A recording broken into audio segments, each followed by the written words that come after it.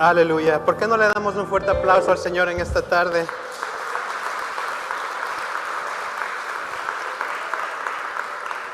¿Cuántos les damos gracias también a cada uno de los pastores y de los voluntarios que sirven en esta congregación, como el equipo de adoración, los cantantes, las personas detrás en el sonido?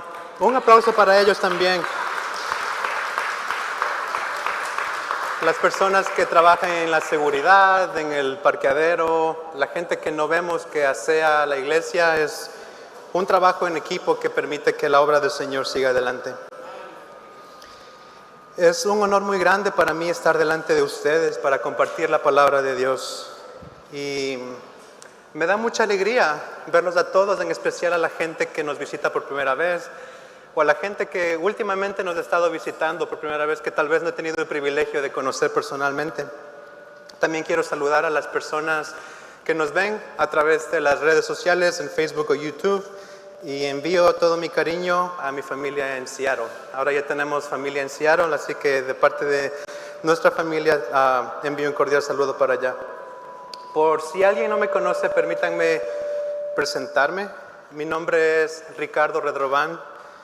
Y junto a mi esposa Amanda, a quien le pido que por favor se ponga de pie.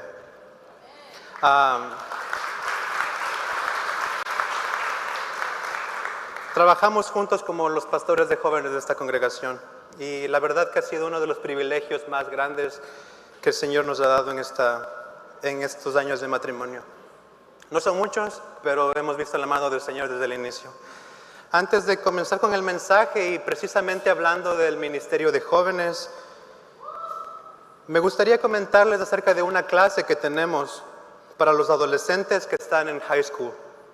Todos los domingos, al terminar el tiempo de adoración, nos reunimos en el segundo piso, en el santuario de jóvenes, donde mi esposa y yo enseñamos una clase bíblica en inglés.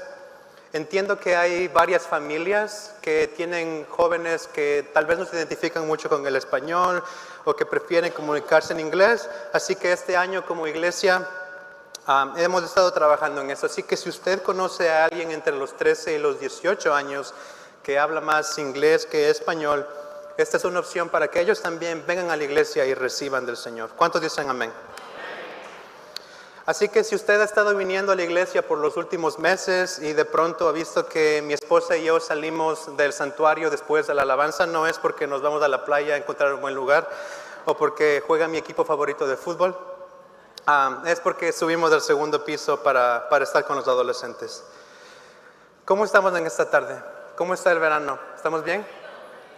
Me alegro. Así que estamos listos para entrar a la palabra de Dios. Hoy, mientras le pido a Laura que por favor me ayude con la siguiente presentación, hoy vamos a hablar acerca del escudo de la fe. De hecho, algo más, una última cosa relacionada con el ministerio de jóvenes es que este mensaje precisamente nació de una de nuestras clases, así que me emociona mucho compartirlo con ustedes. ¿Cuántos de nosotros hemos oído hablar acerca del escudo de la fe? Para los que no levantaron su mano o no han oído hablar de eso, no se preocupen, estamos en el lugar correcto. ¿Qué tal si inclinamos nuestros rostros y nos disponemos a orar?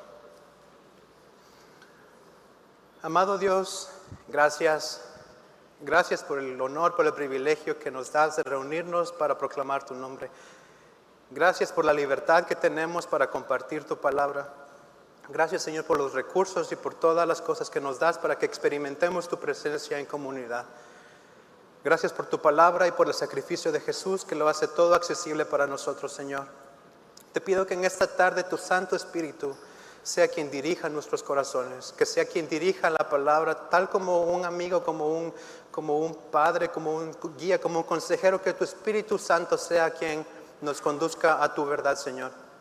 Te pido personalmente que no sea mi inteligencia, ni mi prudencia, ni mi sabiduría, Señor, la que sea compartida, sino que el mensaje que viene directamente de ti.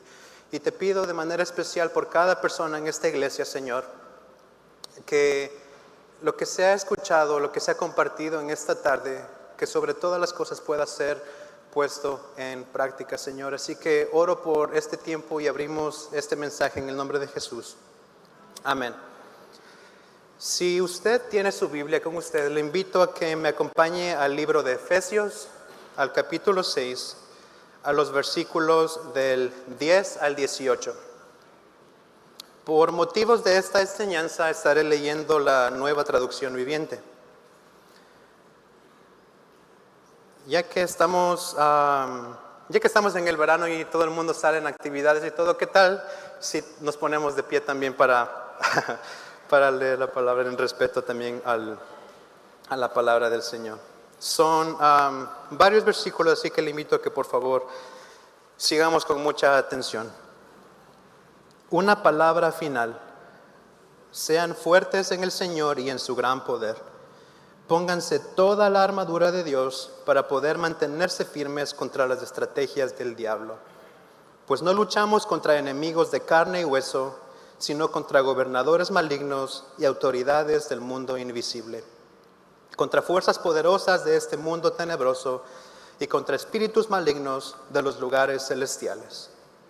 Por lo tanto, pónganse todas las piezas de la armadura de Dios para poder resistir al enemigo en el tiempo del mal.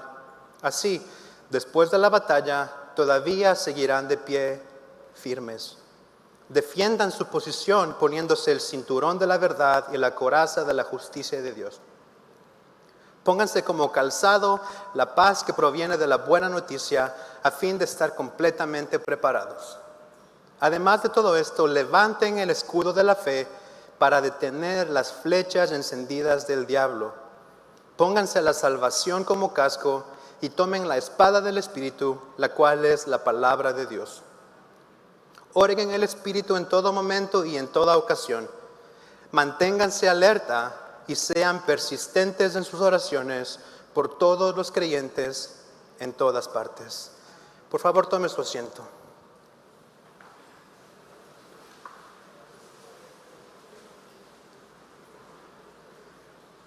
Como acabamos de ver, el escudo de la fe pertenece a la enseñanza que nosotros los cristianos conocemos como la armadura de Dios. Así que hay dos cosas que me gustaría resaltar y que necesitamos tener en cuenta a lo largo de este mensaje. Si a usted le gusta tomar notas, le invito a que esta tarde lo haga con toda confianza. Lo primero es que la armadura de Dios es una enseñanza del apóstol Pablo en la que nos indica todos los elementos que debemos usar como creyentes para estar firmes contra las acechanzas del enemigo. Obviamente no se trata de una armadura física, sino se trata de una armadura que nos ayudará en nuestra vida espiritual. La segunda cosa que quiero compartir es que Pablo usó como ejemplo la armadura de un soldado romano, porque la gente que vivía en Éfeso entendía muy bien esta enseñanza. La ciudad de Éfeso se encontraba bajo el dominio del Imperio Romano, así que la gente de esa ciudad veía muy a menudo a los soldados usar esta armadura. Por lo tanto, Pablo quería dar una explicación que la gente pudiera entender.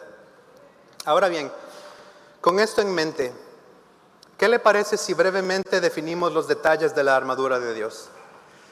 Vamos a poner un poco a prueba nuestros conocimientos desde la escuela dominical desde que éramos niños hasta hoy. Y esta idea la copié del pastor Carlos, que no me acuerdo exactamente hace cuánto tiempo el pastor usó las pantallas para interactuar con la iglesia. Así que necesito su ayuda para completar la frase. La primera parte de la armadura de Dios es el cinturón de la verdad. Jesús nos dijo en Juan 14:6 que Él es el camino, la verdad y la vida. El cinturón es importante porque es la pieza que mantiene nuestro cuerpo ceñido y en la posición correcta. Obviamente en la antigüedad no tenían los cinturones como los conocemos hoy, pero lo que Pablo quería decir es que la verdad debe ser la base de nuestras vidas para resistir las acechanzas del enemigo. Vamos con la siguiente pieza. La coraza de justicia. Muy bien. Lo que Pablo quiere decir aquí al usar la palabra justicia es la condición de ser aceptados por Dios.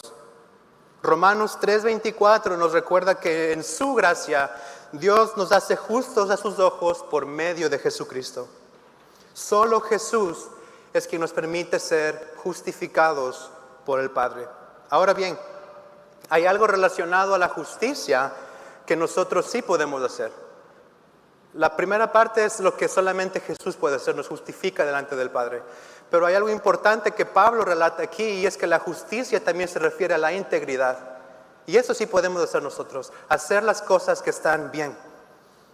Así que integridad significa simplemente hacer lo que es correcto, tanto en público como en privado.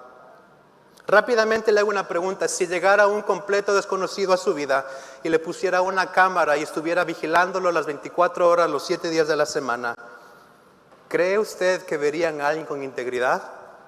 No hago esta pregunta para hacernos sentir mal, sino para dejarnos saber que Cristo nos llena de esperanza, ya que podemos ser justificados por medio de Jesucristo delante del Padre.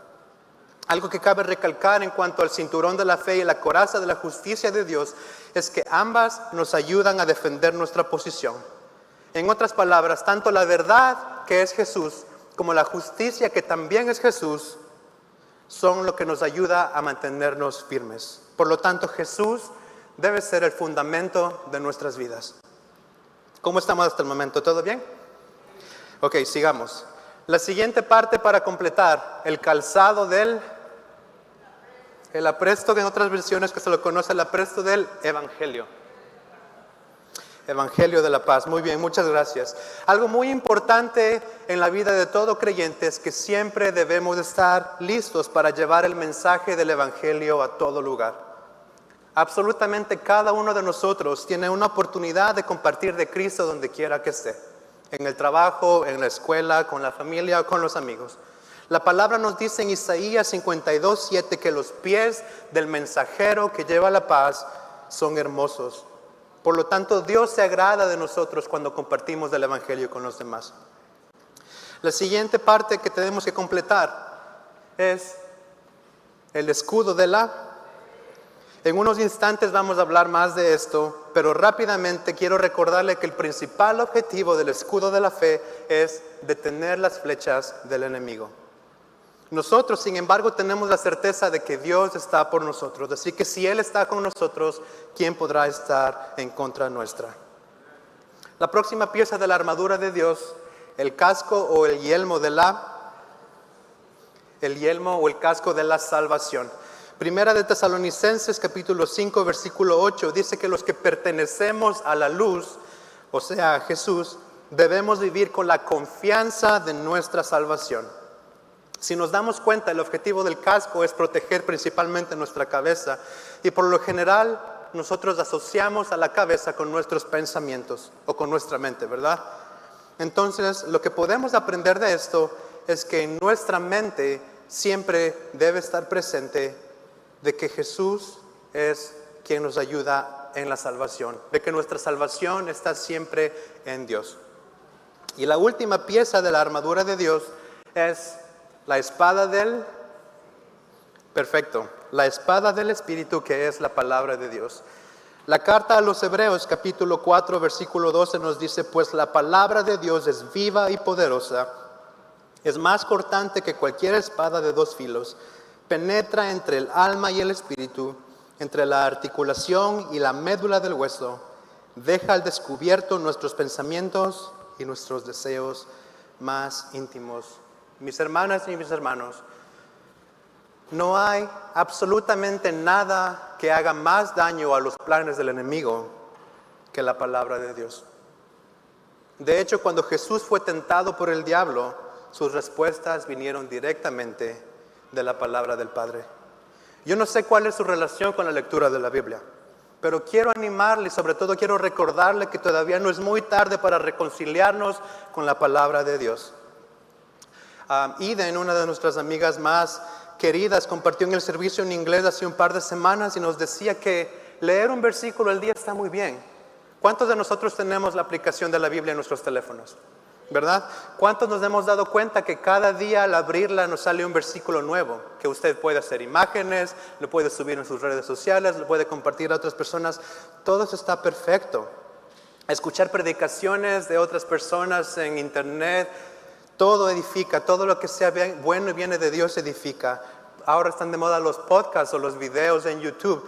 Todo ayuda, todo suma, pero no hay absolutamente nada que pueda reemplazar el poder que tiene la palabra de Dios. Así que hagamos parte de nuestras vidas. Hagamos la lectura bíblica una parte importante de nuestras vidas. ¿Cuántos estamos de acuerdo en esta tarde? Para resumir, la armadura de Dios, recordemos, el cinturón de la verdad, la coraza de la justicia de Dios, el calzado del evangelio, el escudo de la fe, el casco de la salvación y la espada del Espíritu, que es la palabra de Dios. Todas estas piezas deben ser parte de nuestras vidas. No hay una más importante que la otra. Todas suman por igual en cuanto a nuestra protección. Ahora bien, como dije al inicio de mi mensaje, esta tarde me quiero enfocar en el escudo de la fe. Por lo tanto, quiero compartir con ustedes 3 puntos basados en Efesios 6:16. Vale aclarar que cuando hablemos de la palabra fe en esta enseñanza, nos referiremos a lo que creemos como cristianos. Es decir, nuestra fe es la convicción que tenemos acerca de quién es Dios. Entonces, en ese sentido vamos a utilizar la palabra fe como nuestra convicción como creyentes. Sé que lo leímos al inicio, pero le pido que por favor leamos Efesios 6:16 una vez más. Además de todo esto, levanten el escudo de la fe para detener las flechas encendidas del diablo. Con este versículo en mente, podemos acercarnos al punto número 1. Y el punto número 1 es: tenemos un enemigo que ataca para matar. Pablo nos enseña en Efesios 6:12, como leímos al inicio, que nuestra lucha en esta tierra no es contra seres humanos, sino que es una lucha espiritual. El apóstol Pedro, en su primera carta, en el capítulo 5, versículo 8, es un poco más específico e indica al diablo como nuestro adversario. Por ello, ya que estamos hablando en el contexto de una batalla, es muy importante entender desde el inicio quién es nuestro enemigo, para que de esta manera seamos eficaces en nuestra manera de defendernos y en nuestra manera de proteger nuestro territorio. Recuerden, su vecino que hace la fiesta a la medianoche, que le pone música por los parlantes, no es su enemigo. La persona que le corta la línea cuando está entrando en el bus no es su enemigo. Hoy en la mañana estábamos a punto de curvar en una calle y un señor se cruzó de largo y casi nos impactamos con él. No es mi enemigo. Nuestro enemigo es espiritual. Eso tenemos que tenerlo en mente. Pablo menciona que el diablo ataca con flechas encendidas. Y yo me pongo a pensar en el contexto histórico de esta carta, casi 2000 años atrás, y me doy cuenta que en esos tiempos no existían ametralladoras, no existían tanques de guerra, no existían bombas, o casi ninguna de las armas que conocemos hoy en día. Por lo tanto, los que usaban flechas de fuego eran ejércitos que querían destruir por completo. No solo matar a una persona o acabar con un ejército, sino acabar con ciudades enteras. Jesús nos revela en Juan 10:10 que el propósito de nuestro enemigo es robar, matar y destruir. Querida iglesia, tal vez nos suena como buenas noticias saber que tenemos un enemigo que está buscando a gente a la que él pueda devorar. No es fácil decir que tenemos a alguien que está persiguiendo nuestras vidas. Pero lo que Dios quiere que hagamos en esta tarde es que no nos llenemos de temor, de miedo o de ansiedad. Al contrario, Dios quiere que nosotros identifiquemos a nuestro enemigo, porque Él quiere que estemos preparados. Y lo más importante es que Dios no solamente quiere que estemos preparados, sino que Él también nos da la forma de protegernos y las formas de resistir. Ya sabemos que el ladrón viene a robar, a matar y a destruir. Pero en ese mismo versículo, Jesús continúa y nos dice que sin embargo, Él ha venido para darnos vida y vida en abundancia. Mis hermanas y mis hermanos, es verdad que nuestro enemigo nos quiere matar por completo. Sería muy fácil decir que el enemigo solo viene a querer rasguñarnos, que el enemigo solamente quiere venir a sacudirnos. El enemigo quiere acabar con la salvación de nuestras almas. Y cada vez que hemos visto en la Biblia un ataque del diablo, el ataque del enemigo es hacer cualquier cosa que nos desconecte de la voluntad del Padre.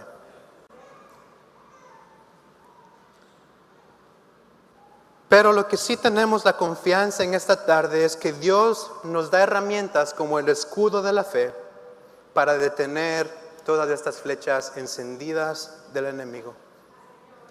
Entonces, si Jesús es quien ha venido para darnos vida, no habrá flecha que nos pueda hacer daño. ¿Cuáles son las flechas encendidas del enemigo? Como lo mencioné hace un rato, cada vez que el diablo ataca es para interrumpir el plan de Dios. Así que las flechas encendidas son todas esas acciones que el enemigo tiene para venir e interrumpir el plan que Dios tiene en nuestras vidas y lo que trata de desviarnos de la voluntad de Dios. Por ejemplo, las tentaciones. Recordemos que las tentaciones nunca vienen de parte de Dios. Las tentaciones son algo que constantemente nos acecha y que se enfoca en nuestras áreas de debilidad.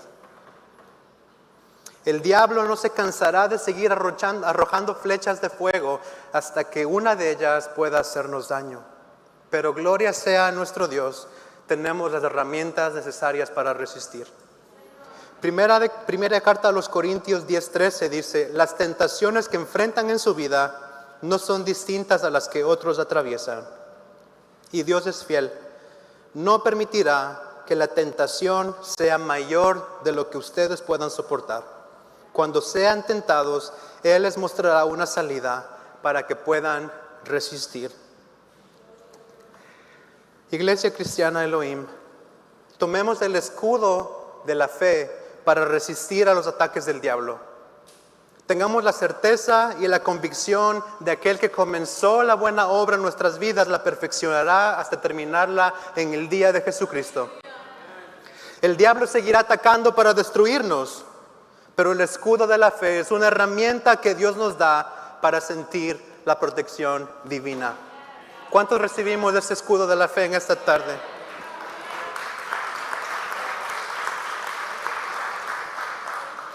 Podemos avanzar al siguiente punto, punto número 2. La fe sin obras es muerta.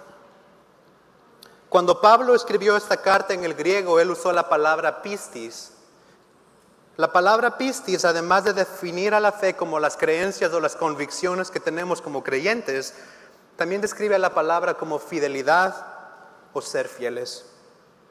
Hace un tiempo estaba preparando algo para compartir con los adolescentes de la iglesia y cuando aprendí que en este contexto la palabra fe también significa fidelidad, me sentí muy asombrado porque nunca lo había visto de esta forma. De hecho, cambió mucho mi manera de pensar. Ahora, ¿por qué creen que la fidelidad es un escudo para resistir a los ataques del diablo? La respuesta es porque cuando le somos fieles a Dios, eso significa que estamos poniendo en práctica todo lo que conocemos de Él por medio de su palabra. Santiago 2:17 dice: como pueden ver, la fe por sí sola no es suficiente. A menos que produzca buenas acciones, está muerta y es inútil. Lo que Dios nos quiere recordar en esta tarde es que no basta solamente con conocer a Dios o con conocer de Dios. Es sumamente importante que haya una evidencia real en nuestras vidas de que lo que creemos es verdadero. Aquí me gustaría hacer énfasis en algo que generalmente nos pasa, y es que muchas de las veces nosotros no hacemos obras que agradan a Dios porque pensamos que no estamos lo suficientemente preparados. Nos sentimos inseguros porque decimos: no sé mucho de la Biblia, apenas llevo en la iglesia un par de meses. Hay otras personas que yo conozco que conocen más de la palabra o que tienen más experiencia que yo. Pero la verdad es que todos tenemos una responsabilidad delante de Dios. Y esta es que pongamos en práctica lo que conocemos de Él, sea mucho o sea poco. Por ejemplo, ¿cuántos de nosotros sabemos que alejarnos de la ira está bien? ¿Verdad? Sabemos que amar al prójimo está bien, que ser fieles dentro de nuestro matrimonio está bien, que respetar a las autoridades es lo que le agrada a Dios, que vivamos saludablemente, física, mental y espiritualmente, que eso le agrada a Dios. Orar, leer la palabra, congregarnos, todo eso está bien. Entonces, como usted ya se ha dado cuenta, nosotros sí sabemos cómo hacer las cosas que le agradan a Dios. Pueda que usted no tenga el mayor de los conocimientos, pero en las cosas más simples que usted sepa que a Dios le agrada, comencemos por ahí. Permítame resumir las cosas aún un poco más. El primer o el mayor mandamiento que tenemos es amar a Dios sobre todas las cosas, ¿verdad? Y el segundo mandamiento que tenemos es similar al primero, amar a nuestro prójimo como a nosotros mismos. Así que si comenzamos por ahí, si comenzamos a reflejar con nuestras acciones que le amamos a Dios y que amamos a nuestro prójimo y que nos amamos a nosotros mismos, le aseguro que su vida y las cosas a su alrededor comenzarán a cambiar porque estaremos haciendo lo que le agrada a Dios. Ese es nuestro deseo, hacer lo que le agrada a Dios. Nadie está aquí por vanagloria, nadie está aquí por buscar su propio lugar de reconocimiento público. Todos estamos aquí porque queremos hacer lo que le agrada a Dios.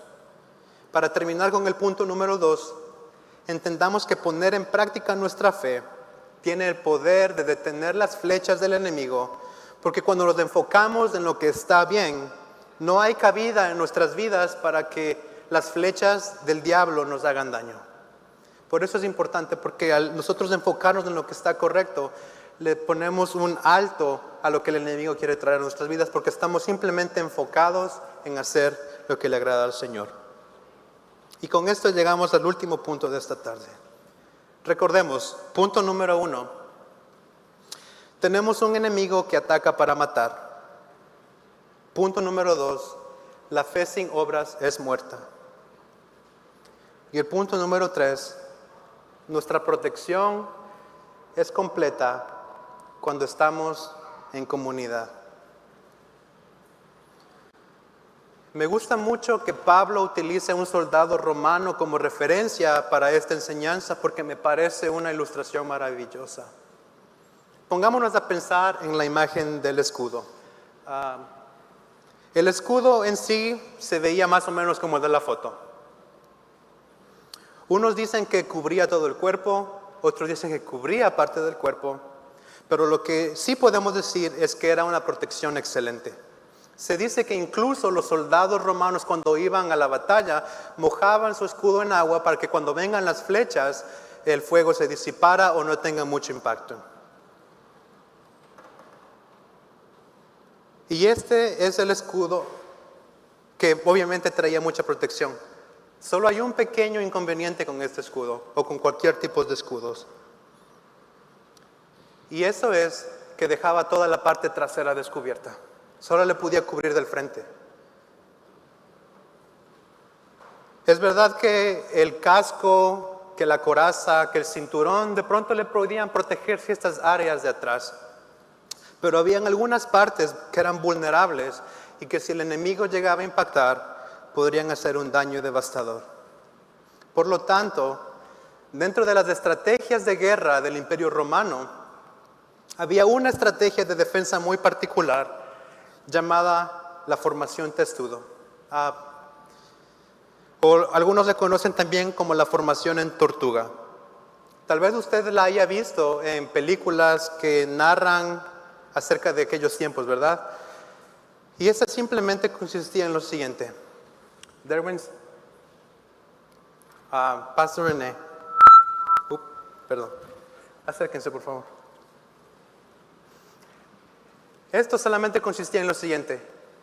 Los soldados entrelazaban sus brazos, cada quien tomaba su escudo y de esa manera estaban protegidos.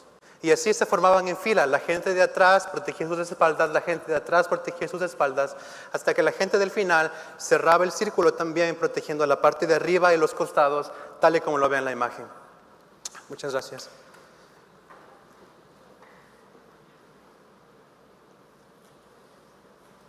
Esto limitaba el ángulo de ataque e incluso lo disminuía. Pero ¿qué es lo que el apóstol Pablo nos quiere enseñar aquí? El apóstol Pablo y el Espíritu Santo a través del apóstol Pablo nos quiere enseñar que la fe individual es útil. La fe individual nos va a proteger, la fe individual nos va a mantener firmes, la fe individual nos va a mantener resguardados. Pero cuando nuestra fe se une a la fe de los demás, es invencible. Nuestra fe individual nos puede mantener hasta cierta distancia, pero la fe, cuando es en grupo, nos convierte en invencibles. Estoy seguro que la mayoría de nosotros nos encontramos o nos hemos encontrado en situaciones que parecen imposibles de resistir. De pronto una enfermedad que nos ha estado molestando por mucho tiempo, una dificultad emocional que nos permite que veamos bien las cosas de Dios, o un pecado que nos ha hecho esclavos de nuestra carne. Usted le puede poner el nombre que quiera a esa situación que le ha estado molestando. Pero hay algo importante, es que en esos momentos duros, tarde o temprano nos damos cuenta de que solos no podemos. Es verdad que el Señor está con nosotros, es verdad que el Señor está con el quebrantado y con el débil de corazón. Es verdad que el Señor nos da las fuerzas que necesitamos para seguir adelante, pero mi mensaje para ustedes en esta tarde es que la resistencia completa a los ataques del enemigo se encuentra cuando nos juntamos con otros creyentes y nos protegemos uno a otro. Ahí es cuando nuestra protección está completa. Entonces le hago una pregunta. ¿Qué tal si la solución a muchos de sus problemas, a muchos de mis problemas, simplemente se encuentra en abrir nuestro corazón con nuestros hermanos y con nuestras hermanas en Cristo para que unan su fe a nuestra fe y podamos resistir al diablo de esa manera? A veces nos encontramos en ciclos repetitivos que no encontramos la salida, pero ¿qué tal y la respuesta a nuestras adicciones? ¿Qué tal y que la respuesta a nuestra soledad, a nuestra ansiedad, a nuestra depresión, incluso a ciertos problemas más notables? ¿Qué tal que la respuesta esté en la persona que tiene a su lado? La fe individual nos puede llevar hasta cierta distancia, pero la fe colectiva en comunidad nos mantendrá invencibles. Permítame contarle una historia acerca de nuestro matrimonio. Hace un par de meses yo me encontraba lidiando con una batalla personal un poco incómoda. Y yo de manera incorrecta decidí guardarme toda esta lucha dentro de mí, ¿verdad? Actuaba como que todo estaba bien, pero de vez en cuando había una espinita que me molestaba en el corazón, algo que batallaba con mi corazón. Entonces después de mucho tiempo, o después de algún tiempo, sentí que el Señor comenzó a hablar mi vida con este mensaje que les estoy compartiendo en esta tarde. Y comencé a sentir una convicción muy fuerte dentro de mí, en la que sentía que era necesario abrir mi corazón con mi esposa para que ella se una a mí en esta batalla. Para decirles la verdad, yo pensaba que era una situación que tarde o temprano iba a pasar y que yo solo podía con esa situación.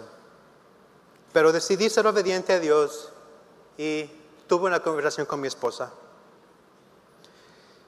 Mis hermanos, el simple hecho de que pude abrir mis labios y conversar con ella, comencé a sentir que eso era lo que le agradaba a Dios. De a poco comencé a sentir que mis dudas, que mis temores, que mis inseguridades se comenzaron a disipar cuando comencé a sentir su comprensión, cuando comencé a sentir su apoyo y su paciencia.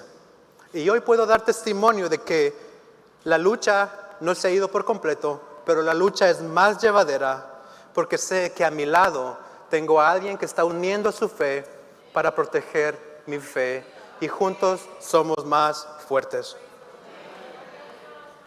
Santiago 5:15 dice: confiésense los pecados unos a otros y oren los unos por los otros para que sean sanados. La oración ferviente de una persona justa tiene mucho poder y da resultados maravillosos. Así que el secreto que comparto con ustedes en este día es que el propósito de la fe es para que lo experimentemos en comunidad. Usted póngase a buscar a lo largo de la Escritura y se va a dar cuenta que la fe nunca fue pretendida para que seamos egoístas. No hay nada egoísta acerca de Dios. No hay absolutamente nada egoísta acerca de Dios. Todo lo que recibimos tiene que ser rodeado de una comunidad. No existe alguien egoísta que diga que ama al Señor. Escuchaba una prédica hace varias semanas y el pastor que hablaba decía que es importante rodearnos de las personas correctas. ¿Cuántos hemos escuchado esto? Que es muy importante, que debemos tener cuidado con quienes nos rodeamos, que la gente que está a nuestro alrededor, que nuestros amigos, que debemos tener cuidado, la gente que permitimos en nuestras vidas. Pero en esta tarde le invito a pensar en el siguiente paso. ¿Estamos nosotros siendo las personas correctas para los demás? Hemos escuchado mucho que tenemos que rodearnos de las personas correctas, pero ¿está usted siendo la persona correcta para los demás? ¿Estoy yo siendo la persona correcta para los demás? ¿Estamos disponiendo nuestra fe para unir a la fe de otras personas que están pasando por momentos duros, para darles ánimo, para levantarlos? Hay un caso en la Biblia en el que 4 amigos trajeron a un paralítico delante de Jesús.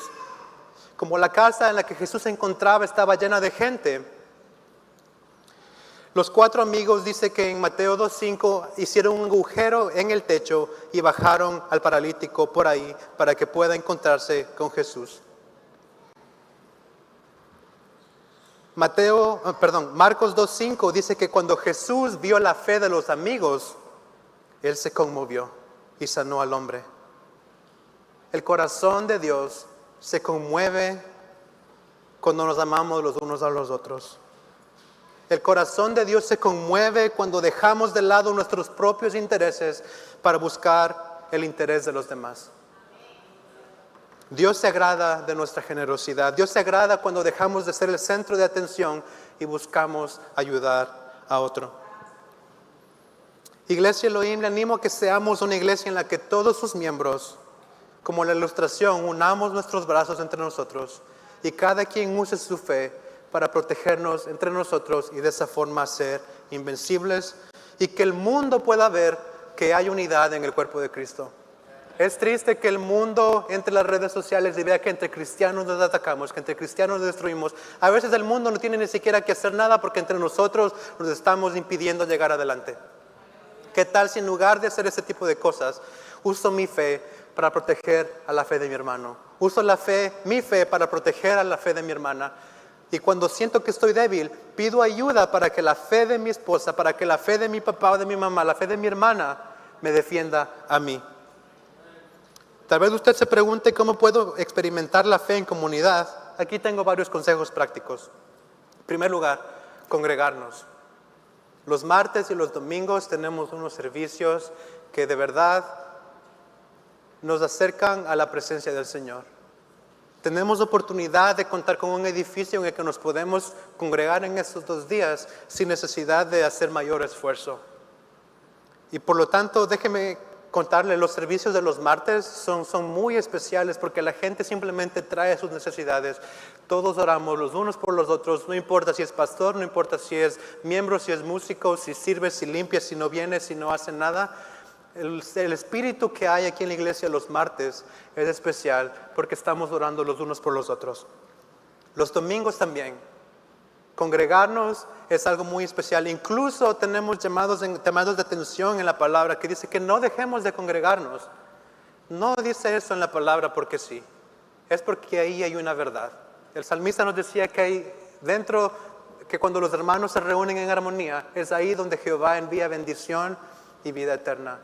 No dejemos pasar por alto la importancia de congregarnos. No digamos, veo el servicio en la tarde por internet.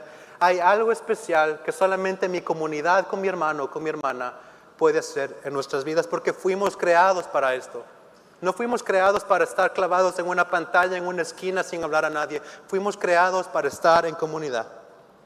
El siguiente consejo que le traigo en esta tarde: unámonos a los grupos de enlace.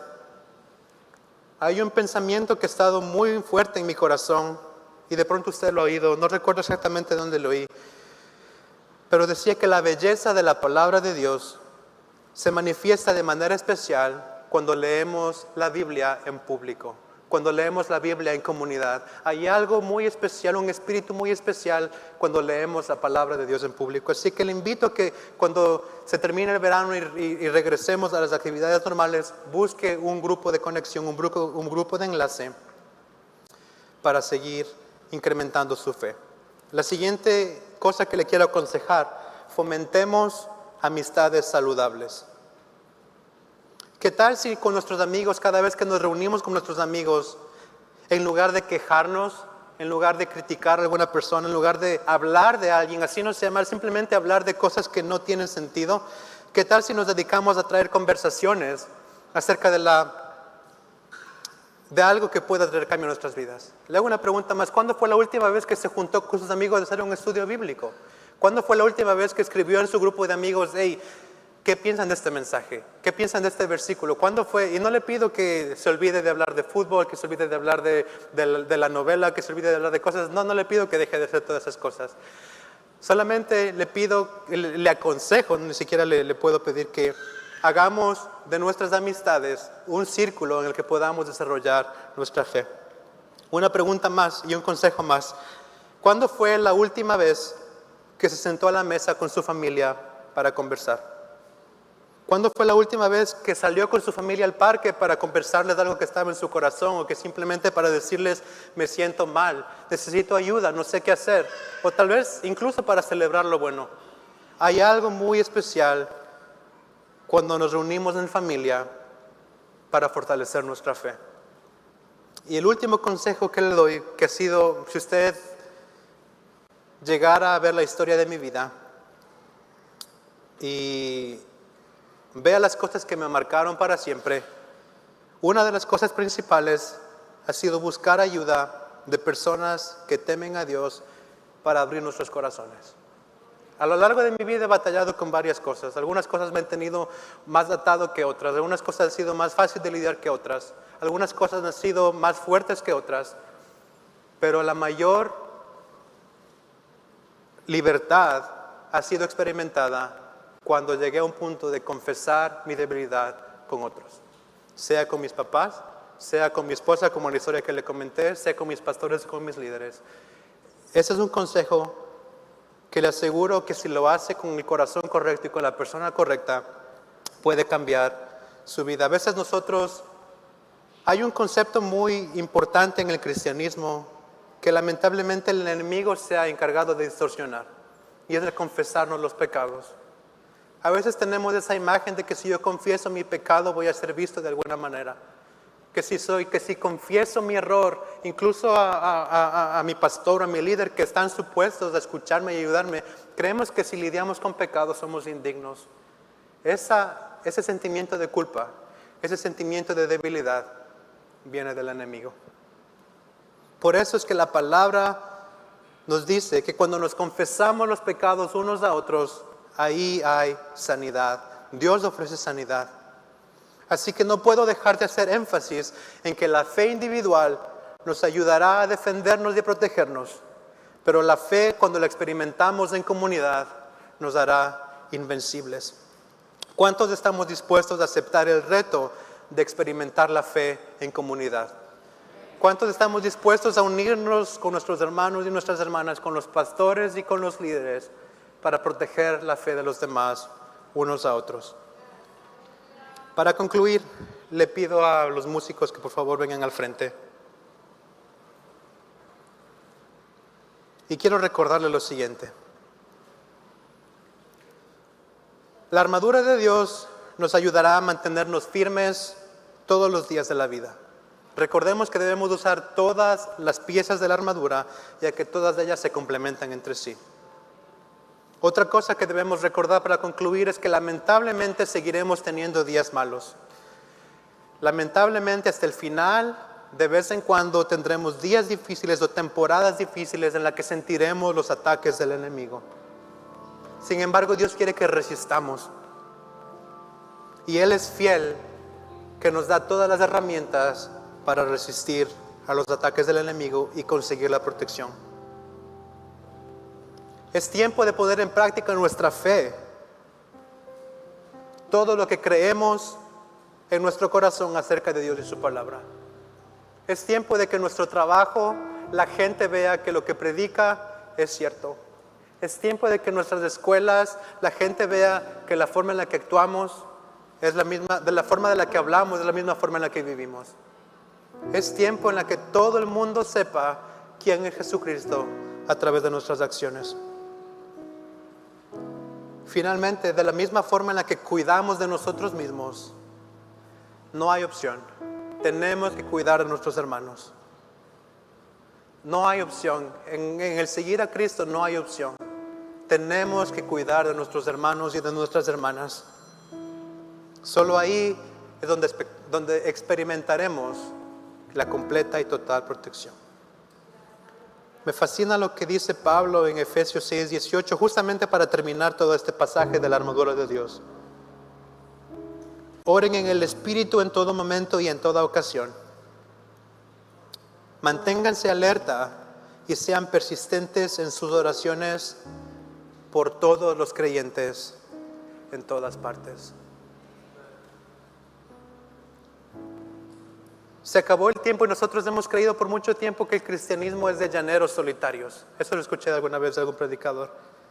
Donde creemos que solamente es de la persona que Dios levanta y el ministerio que Dios hace con ellos y lo que Dios hace y la palabra que Él trae. Cuando Jesús vino, se acabó la época de los llaneros solitarios. Cuando Jesús vino es para que usted y yo seamos levantados en el poder del Espíritu Santo para reflejar y ser testigos de Dios a todo lugar al que vayamos. Por lo tanto, es tiempo de experimentar al Señor en comunidad.